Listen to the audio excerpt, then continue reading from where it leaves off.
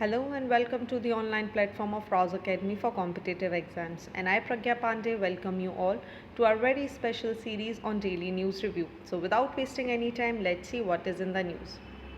The first article is important for GS paper 2. Important हो जाएगा, आपको देखने के लिए मिल जाएगा ये पेज नंबर 6 पर।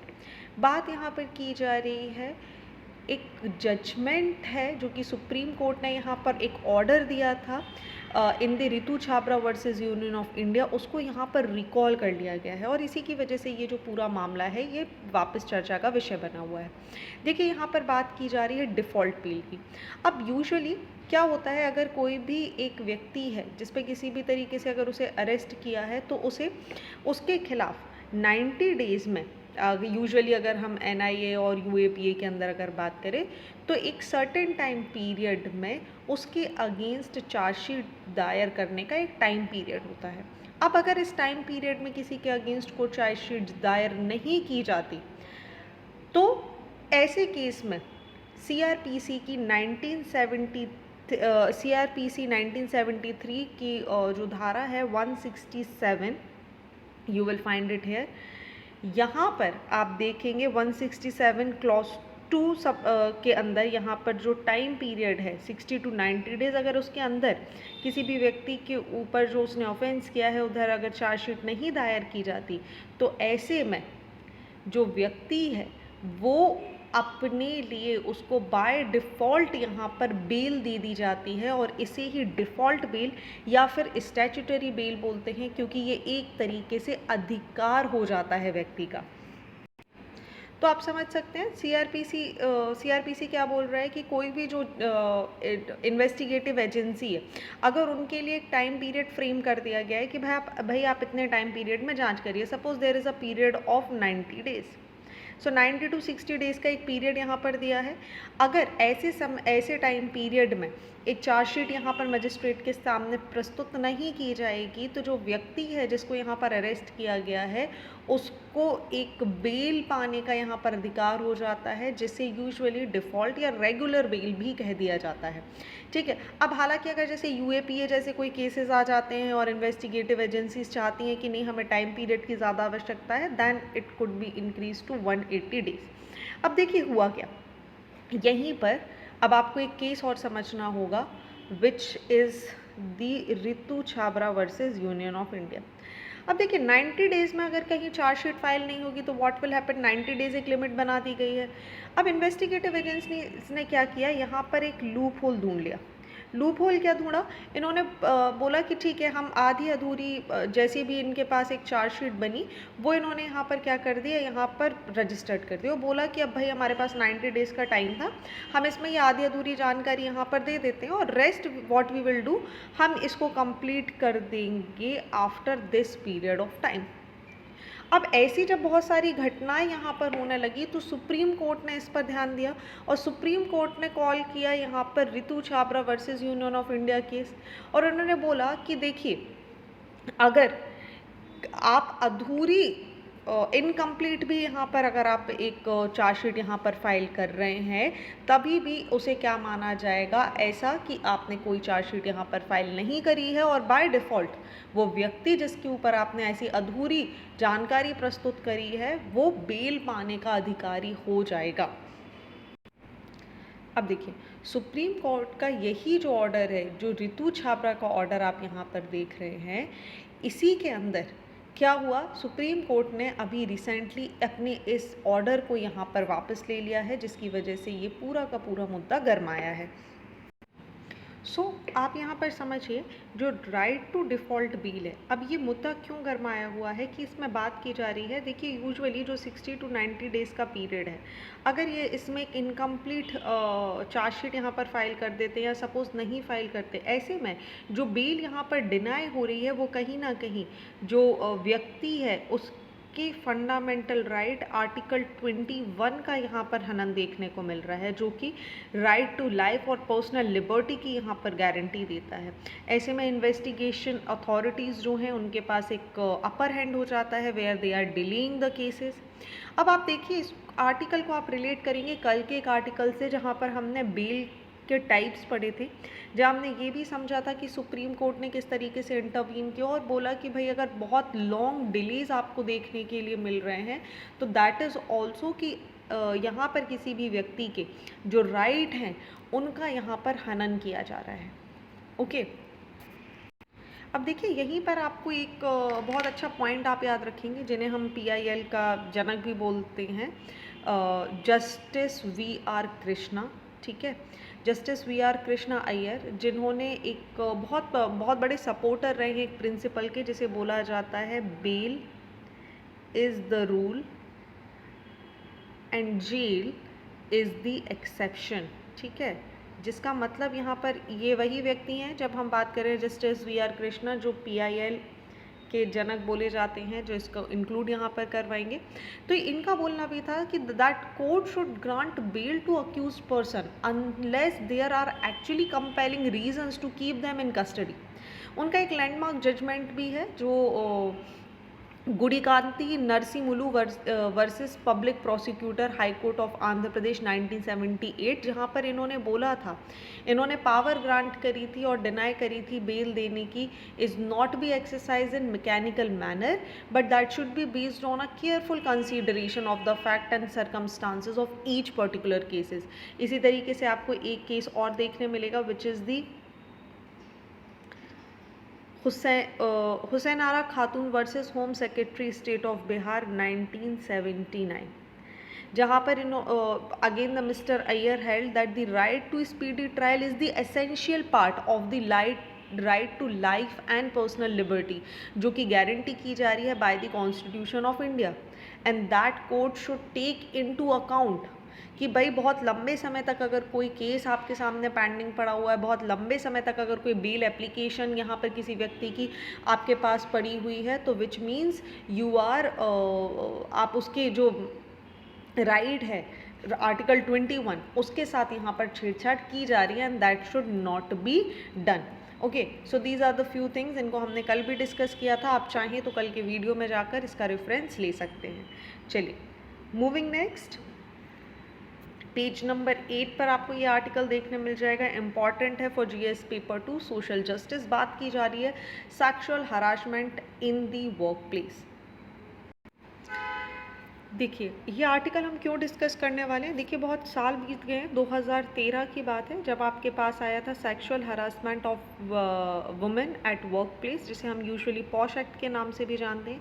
2013 के बाद अभी आप देख रहे होंगे जंतर मंतर पर बहुत ज़्यादा आपको विवाद की स्थिति दिखाई दे रही है, जहाँ पे जो रेसलर हैं इंडियन फेडरेशन के, वो यहाँ पर इकट्ठा हुए हैं against the sexual harassment at the work place. अब देखिए इसकी एक थोड़ी सी इतिहास जान लीजिए, जब हम पॉश एक्ट की बात करते हैं या फिर विशाखा गाइडलाइन की बात करते हैं, बात की जा रही है 1992 की, जहाँ पर एक सोशल एक्टिविस्ट एक सोशल वर्कर थी भनवरी देवी। ठीक है, भनवरी देवी यहाँ पर क्या करेंगी, एक वुमेन डेवलपमेंट प्रोजेक्ट के लिए राजस्थान गवर्नमेंट की ओर से यहाँ पर काम कर रही थी। सौ की भाई एक जो बच्ची है, ठीक है, बच्चे की यहाँ पे शादी करवाई जा रही है और उसके अगेंस्ट इन्होंने यहाँ पर लोगों को रोकने की कोशिश करी। रिजल्टेड इनटू व्हाट, इनका यहाँ पर गैंग रेप किया गया यहाँ पर by the 5 man after she tried to prevent that girls marriage. Resulted into what कि भाई इसमें बहुत बड़े बड़े लोग शामिल थे, बहुत पैसे वाले लोग इसमें शामिल थे। रिज़ल्ट उसका ये हुआ कि यहाँ पर इनका केस कहीं पर आगे नहीं गया, इसकी कोई सुनवाई नहीं हुई, बट तब तक इसकी सुनवाई नहीं हुई जब तक इसमें कुछ इम्पॉर्टेंट NGOs ने अपना इन्वॉल्वमेंट नहीं दिखाया। बात है 1997 की, एक NGO है विशाखा NGO, ठीक है, they came forward with this issue, और इन्होंने जो वैक्यूम यहाँ पर बना हुआ है, जो वॉइड यहाँ पर बना हुआ है, क्योंकि भावरी देवी अपनी वर्क प्लेस पे थी, वो गवर्नमेंट की तरफ से यहाँ पर काम कर रही थी और इस तरीके का एक इंसिडेंट उनके साथ हुआ, but there was no place where she can go and register the case. क्यों? क्योंकि यहाँ पर आप देखेंगे बहुत पावरफुल लोगों का इन्वॉल्वमेंट था। सो 1992 में ये इंसिडेंट हुआ, 97 में जब विशाखा NGO का आगे आया, इनकी सुनवाई पर सुप्रीम कोर्ट ने फाइनली डिसाइड किया कि okay, when the government is not doing anything, what we are doing, we are passing one act जिसका नाम यहाँ पर दे दिया गया the sexual harassment of women at work place prevention prohibition and redressal act, जिसे हम यूजुअली पॉस एक्ट के नाम से भी जानते हैं। ये एक्ट डिफाइन करता है सेक्सुअल हरासमेंट को एज अनवेलकम बिहेवियर, ठीक है, चाहे वो डायरेक्टली किया जाए या इनडायरेक्टली किया जाए। फॉर एग्जाम्पल फिजिकल कॉन्टैक्ट या डिमांड और रिक्वेस्ट फॉर सेक्शुअल फीवर्स, या फिर making sexually coloured remark, showing pornography, या कोई भी इस तरीके का वेलकम फिजिकल वर्बल या नॉन वर्बल कंडक्ट जो कि एक सेक्सुअल नेचर की कैटेगरी में आता है, उसको ये यहाँ पर प्रोहिबिट करता है। और इसी को इसके तहत जो गाइडलाइन यहाँ पर दी गई, इन्हें विशाखा गाइडलाइन बोला गया। ये सारे इंस्टीट्यूशंस में यहाँ पर इम्प्लीमेंट की गई एंड इम्पोज्ड ऑन इंस्टीट्यूशन 3 की ऑब्लिगेशन, जहाँ पर 3 शब्दों के बारे में यूजुअली बात करी, prevention, prohibition and the redressal. मतलब प्रोहिबिट करना है, प्रिवेंट करना है, और क्या मैकेनिज्म उसके किए जा सकते हैं वो यहाँ पर देखने हैं।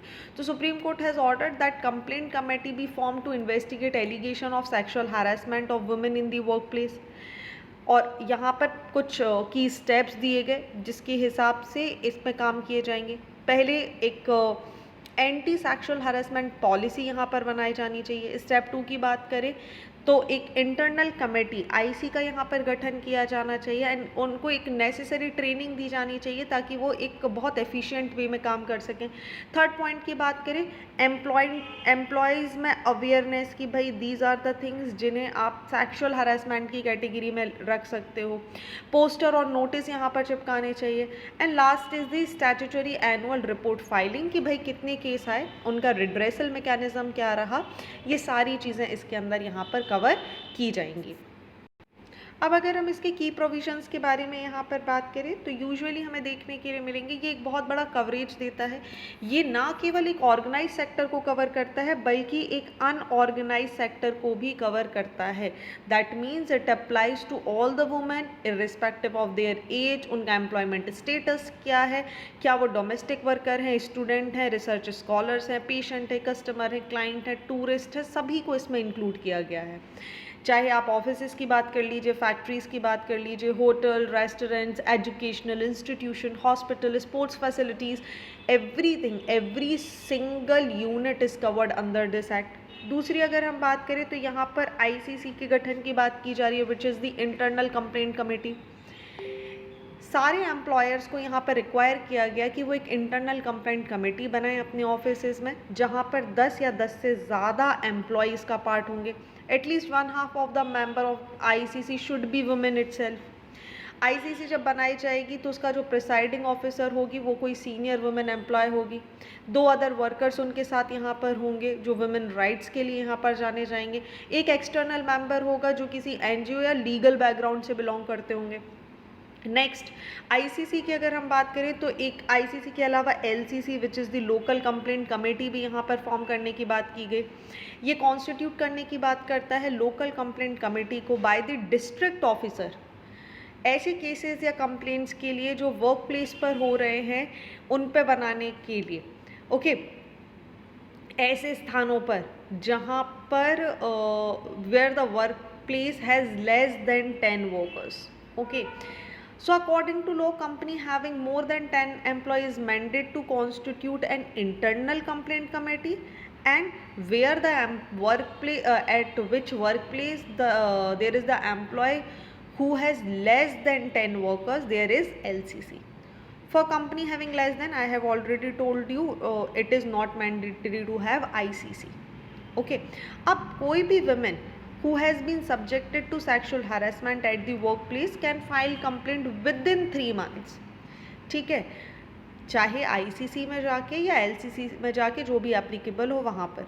ओके, दोनों के पास सिमिलर पावर है। रिस्पॉन्सिबिलिटी एम्प्लॉयर की अगर हम यहाँ पर बात करें तो देखिए, इनको एक सेफ एनवायरनमेंट प्रोवाइड करना है वुमेन को। एक पीनल कॉन्सिक्वेंसेस सेक्सुअल हैरेसमेंट के क्या होते हैं वो यहाँ पर सबको बताना ज़रूरी है। अवेयरनेस प्रोग्राम्स और वर्कशॉप यहाँ पर लगवाना ज़रूरी है। असिस्ट करना कंप्लेंट को, अगर कोई भी महिला यहाँ पर कंप्लेंट करती है उसको असिस्ट करना। अब इन्वेस्टिगेशन और एक्शन के बारे में अगर हम बात करें तो वो क्या हो सकता है, देखिए, इन्वेस्टिगेशन की अगर हम बात करें, आईसीसी और एलसीसी दोनों को रिक्वायर्ड है to complete the inquiry into the complaint within 90 days, ठीक है, और अपनी रिपोर्ट को सबमिट यहाँ पर करना होगा टू द एम्प्लॉयर या फिर डिस्ट्रिक्ट ऑफिसर। अब द एम्प्लॉयर और द डिस्ट्रिक्ट ऑफिसर, उनका यहाँ पर क्या काम है, उनको जो भी यहाँ पर रिपोर्ट सबमिट की गई है उस पर एक एक्शन लेना ज़रूरी है विद इन 60 डेज, और इसका जो भी रिस्पॉन्स रहा है उसके बारे में यहाँ पर आगे बताना है। अब चैलेंज क्या है, देखिए पहले तो लैक ऑफ कवरेज। अब आपने यहाँ पर ये जो पूरा सेक्टर है ये एग्रीकल्चर सेक्टर और आर्म्ड फोर्सेस को कवर नहीं करता, ठीक है, यूजुअली ऐसे एरियाज़ को कवर नहीं कर रहा है जिनको आप मेल डोमिनेटिंग एरियाज़ के फॉर्म में बात करते हैं।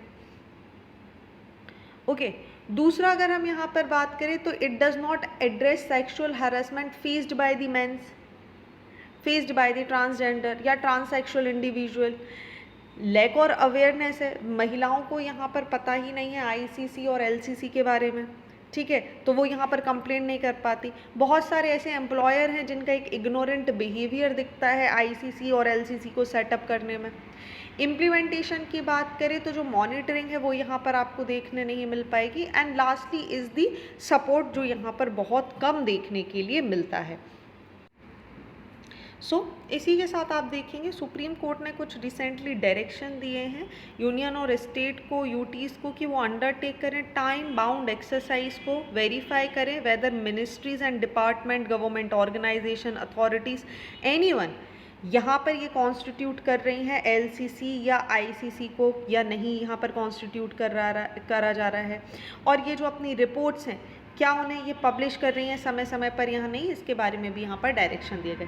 अब देखिए जब हम इस तरीके की केसेस की बात करते हैं तो कहीं ना कहीं हमें नेचुरल जस्टिस का जो एक प्रिंसिपल है वो यहाँ पर आ जाता है।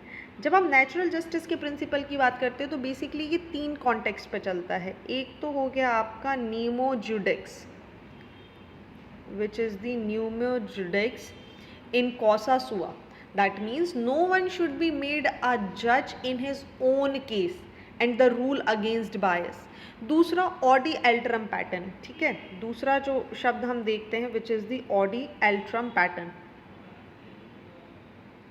ये क्या बोलता है, means to hear the other party और no one should be condemned unheard, सभी को सुनना जरूरी है। Third one is the quasi judicial inquiry that should be held in the good faith and without biasness and non arbitrary and unreasonably. So यहाँ पर कहीं ना कहीं जब हम प्रिंसिपल ऑफ नेचुरल जस्टिस की बात करते हैं वो भी यहाँ पर एक आपको देखने मिल रहा है कि उस पर भी बहुत बड़ा चैलेंज है। Okay, so this is something about this article. I hope यहाँ तक आपको सारी चीज़ें क्लियर हो चुकी होंगी। चलिए आगे बढ़ते हैं नेक्स्ट आर्टिकल की तरफ। पेज नंबर 8 पर आपको ये देखने मिल जाएगा, बात की जा रही है gaps in the AEPS transaction model, जिसको हम बोलते हैं आधार इनेबल पेमेंट सिस्टम। देखिए रिसेंटली हुआ क्या, एक यूट्यूबर है पुष्पेंद्र सिंह, काफ़ी पॉपुलर यूट्यूबर है, इन्होंने अपने एक ट्विटर में ये शेयर करते हुए बताया कि इनकी मदर का जो बैंक अकाउंट था उसको पूरी तरीके से खाली कर दिया गया by using an Aadhaar linked fingerprint, जहाँ पर 2 वेरिफिकेशन ऑथेंटिकेशन की ज़रूरत नहीं पड़ती। इनकी मदर को इसके बारे में पता भी नहीं चला और ऐसे कुछ ट्रांजैक्शन यहाँ पर हुआ है, किसी तरीके का मैसेज इनके पास नहीं आया, ऐसी कोई भी जानकारी इन्हें बैंक के थ्रू यहाँ से नहीं दी गई। ओके, अब इस तरीके की अगर आप चीज़ें सर्च करेंगे, अगर आप गूगल पे जाएंगे and you will start searching about the similar incident, आप देखेंगे कंट्री के अलग अलग पार्ट्स में इस तरीके के जो साइबर क्राइम्स हो रहे हैं वो आपको देखने के लिए मिल जाएंगे। कैसे? सिलिकॉन थम्स का यूज़ करके। सिलिकॉन थम्स क्या हो जाते हैं, एक तरीके से आर्टिफिशियल ऑपरेटेड बायोमेट्रिक होते हैं, जिनको यहाँ पर लगाकर बहुत आसानी से कहाँ पर लगा दिया जाता है, POS डिवाइसेस पर लगा दिया जाता है, ATMs पर लगा दिया जाता है, और जो यूज़र्स के बैंक अकाउंट हैं ये खाली कर दिए जाते हैं। अब क्वेश्चन ये आ जाता है ये EEPs होते क्या हैं। देखिए जब हम EEPs की बात करते हैं तो इनका फुल फॉर्म आप देखेंगे आधार इनेबल्ड पेमेंट सिस्टम इनको बोला जाता है। Second point will talk about, तो ये एक तरीके से बैंक लेड मॉडल है जो अलाउ करता है ऑनलाइन फाइनेंशियल ट्रांजैक्शन को। पॉइंट ऑफ सेल पर पीओएस डिवाइसेस के माध्यम से, माइक्रो एटीएम्स के माध्यम से, जिस तरीके से आप बैंक में अपने एटीएम का यूज़ कर सकते हो, इन अ सिमिलर वे ये आपको अलाउ कर देता है कि आप आधार बेस्ड ट्रांजैक्शन करें। अब इस मॉडल में क्या चीज़ें हटा दी गई भाई, देखिए सबसे पहले यहाँ से आपको ओटीपी की आवश्यकता नहीं होगी, there is no need for OTP. ठीक है, किसी भी तरीके की बैंक अकाउंट डिटेल की आवश्यकता नहीं है, किसी भी तरीके की फाइनेंशियल डिटेल की आवश्यकता नहीं है। इसमें केवल और केवल आपको आवश्यकता पड़ेगी बैंक नेम की, आधार नंबर की और फिंगरप्रिंट को जो कैप्चर किया गया था आपके आधार एनरोलमेंट के टाइम। ठीक है, अब यही जो फिंगरप्रिंट है इसी का सिलिकॉन थम्स का प्रयोग करके इसका यहाँ पर उपयोग कर दिया जाता है। क्यों? क्योंकि यहाँ पर कोई ओटीपी नहीं आता है, कोई टू स्टेप वेरिफिकेशन नहीं होता है, जिसकी वजह से आप देखेंगे तो डेटा बहुत जल्दी खाली हो जाता है। अब क्वेश्चन ये आ जाता है कि ये इनेबल कैसे हो जाते हैं। जैसे आप इस तरीके से समझ लीजिए, ऐसे यूज़र्स जो किसी भी तरीके की बेनिफिट या सब्सिडी ले रहे हैं under the schemes, they notified under section 7। ठीक है, सेक्शन 7 के तहत of the Aadhaar act they have mandatory to submit their Aadhaar number to their bank services provider, और according to UIDAI Aadhaar is the also the preferred method. अगर आपको KYC यहाँ पर आपको अपना ऑथेंटिकेट करवाना है तो भी आपको आपके आधार नंबर की ज़रूरत पड़ेगी, जिसकी वजह से जो आपके AEPs हैं वो by default most of the bank जो होल्डर्स होते हैं उनके अकाउंट में ये बाय डिफ़ॉल्ट एक्टिव हो जाते हैं। अब यहाँ पर जो डेटा ब्रीच होता है आधार के माध्यम से रिपोर्ट किया गया 2018, 19, 20 और 22 में, UIDAI has denied that any Aadhaar data was breached in response to media reports. हालांकि इसी की वजह से आप देखेंगे तो बहुत सारे लोगों को साइबर क्राइम से सर्वाइव करना पड़ रहा है। अब देखिए UIDAI की वेबसाइट पे या NPCI की अगर आप बात करेंगे तो कहीं भी ये क्लियरली मेंशन नहीं है कि AEPs जो होते हैं ये बाय डिफ़ॉल्ट एनेबल हो जाते हैं या नहीं। जब हम कैशलेस इंडिया की बात कर रहे हैं तो बहुत सारी जो वेबसाइट हैं जो मैनेज की जा रही हैं, रन की जा रही हैं MEITY द्वारा, they says that the service does not require any activation, with the only requirement being that the user's bank account should be linked with the Aadhaar card. Okay, so जो भी ऐसे यूज़र्स हैं जो इस तरीके की स्कीम्स पाना चाहते हैं, बेनिफिट पाना चाहते हैं, उन्हें इसको लिंक करना पड़ेगा। And once you have linked your Aadhaar card, आपका EKYC यहाँ पर रजिस्टर्ड होगा, EKYC यहाँ पर रजिस्टर्ड होगा, दैट मीन्स आपकी जो डिटेल हैं वो यहाँ पर आ जाएंगी। अब देखिए सवाल ये आ जाता है कि आप कैसे सिक्योर कर सकते हैं अपनी आधार बायोमेट्रिक इन्फॉर्मेशन को। तो देखिए UIDAI प्रपोज कर रहा है एक amendment Aadhaar sharing of information regulation 2016, जो कि रिक्वायर कर देता है जो भी एंटाइटल्स होते हैं of an Aadhaar number to not share their detail until the Aadhaar number have been redacted और ब्लैक्ड आउट। ठीक है, इसको आप देखते होंगे यहाँ पर आपका आधार नंबर लिखा होता है, उस पर XXX करके यहाँ पर कई बार एक ब्लैक कलर की स्ट्रिप चल जाती है, इसी को हम यहाँ पर ब्लैकआउट कर रहे हैं। ठीक है, by the print and the electronic form. साथ ही UIDAI ने ये भी इम्प्लीमेंट किया है एक न्यू 2-फैक्टर ऑथेंटिकेशन मैकेनिज्म, जहाँ पर जो machine learning based security system को अडॉप्ट किया जाएगा। फिंगर मिनट या फिंगर इमेज कैप्चर को यहाँ पर चेक किया जाएगा, ये चेक करने के लिए कि भाई ये ऑथेंटिक है किसी व्यक्ति का या नहीं। साथ ही यूज़र्स जो को भी एडवाइस दी गई है कि वो इंश्योर करें कि वो अपने आधार को यहाँ पर लॉक करके रखे हुए हैं। ठीक है, अब इसको कैसे आप देख सकते हैं, आधार इन्फॉर्मेशन को आप UIDAI की वेबसाइट पे जा सकते हैं या फिर मोबाइल ऐप की मदद से आप चेक कर सकते हैं वेदर इट इज़ लॉक्ड और नॉट। एडिशनली यहाँ पर बात की जा रही है जो बायोमेट्रिक इन्फॉर्मेशन है, अगर वो कॉम्प्रोमाइज़ हो भी जाती है तो उसका इस्तेमाल नहीं किया जा सकता for the financial transaction.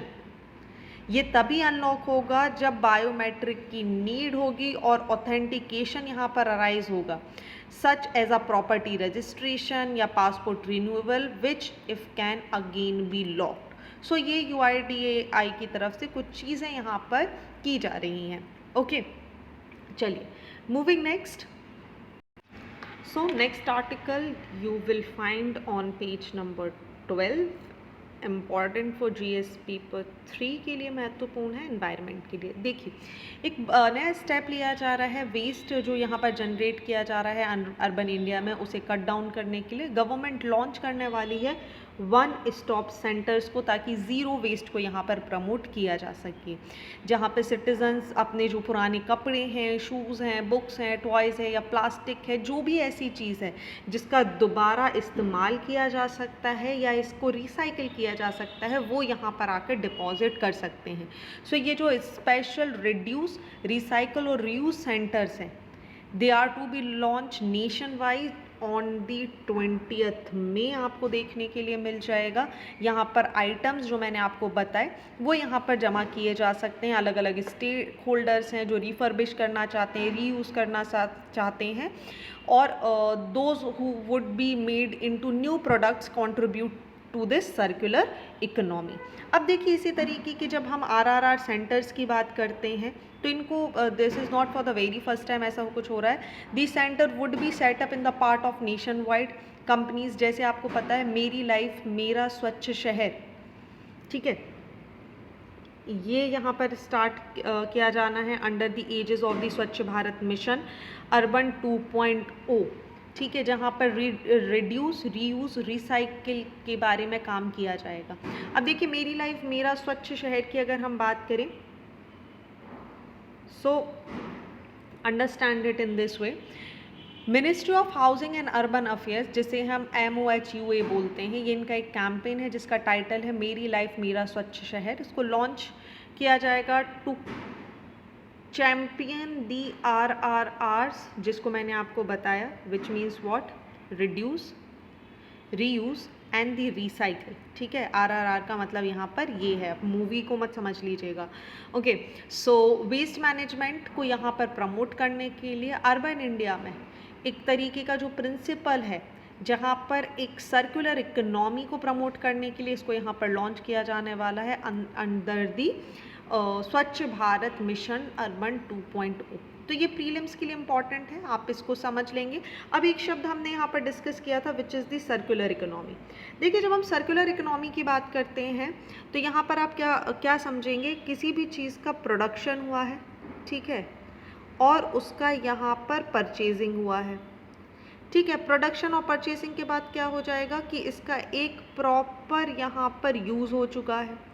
Use होने के बाद अब इसका आपको कोई उपयोग नहीं बता, व्हाट यू विल डू, आप इसको फेंक देंगे, तो रादर इसको आप फेंके उसकी जगह से यहाँ पर क्या किया जाएगा, कलेक्ट किया जाएगा, प्रोसेस किया जाएगा और वापस इसे इकोनॉमी में रिलीज़ कर दिया जाएगा, ओके।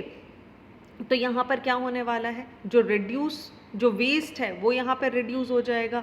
एक किसी भी चीज़ की जो लाइफ स्टाइल है, लाइफ साइकिल है, उसमें बहुत सारी चीज़ों की मदद से इसको बढ़ा दिया जाएगा। रीयूज़ यहाँ पर प्रमोट होगा, कलेक्शंस को यहाँ पर इम्प्रूव किया जाएगा, रिसाइकलिंग को यहाँ पर प्रमोट किया जाएगा, और जो अमाउंट यहाँ पर अच्छा बचेगा उसको इंफ्रास्ट्रक्चर्स के डेवलपमेंट में भी इन्वेस्ट किया जाएगा। So this is the circular economy. अब इसी के साथ आपको एक और चीज़ याद रखनी है which is the life movement, ठीक है। इंडिया ने लाइफ मूवमेंट को प्रपोज किया था in the United Nations Climate Change Conference of the Parties, जिसे COP26 बोला गया था। ये COP26 कहाँ हुई थी, आपको याद होना चाहिए, ग्लासगो में इन 2021, ठीक है। यहाँ पर इंट्रोड्यूस किया गया था लाइफ मूवमेंट को, that will begin the life global call for papers which will solicit idea and suggest from the academic universities and research institute among others. ये जो लाइफ का जो कॉन्सेप्ट था, इसका मतलब था प्रमोट करना है एनवायरनमेंट को, कॉन्शियस लाइफस्टाइल को, माइंडफुलनेस को यूटिलाइज करना है यहाँ पर चीज़ों का, या वेस्ट को यहाँ पर कम करने के बारे में बात की गई थी।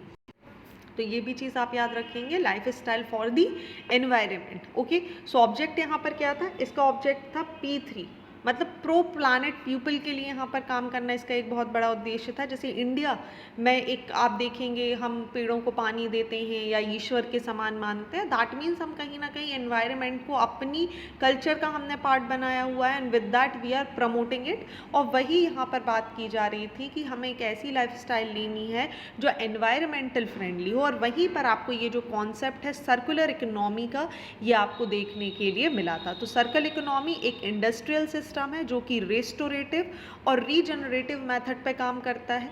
ये रिप्लेस करता है एंड ऑफ लाइफ कॉन्सेप्ट को विद दी रेस्टोरेशन। तो ये कुछ चीज़ें हैं जो आप याद रखेंगे। सो आई होप ये सारी चीज़ें आपको क्लियर हो गई होंगी। किसी भी तरीके के डाउट के लिए आप कमेंट सेक्शन में हमें बता सकते हैं। साथ ही इस पूरे न्यूज़ की PDF डाउनलोड करने के लिए आप राउज अकेडमी के टेलीग्राम चैनल पर भी जा सकते हैं, जिसकी लिंक आपको डिस्क्रिप्शन बॉक्स में मिल जाएगी। सो आज के लिए बस इतना ही। Thank you for watching this video. Do not forget to hit like button, comment your valuable feedback and also press the subscribe button to never miss any updates. Please follow us on Instagram and Facebook. Links are given below in the description box. Thank you and see you tomorrow.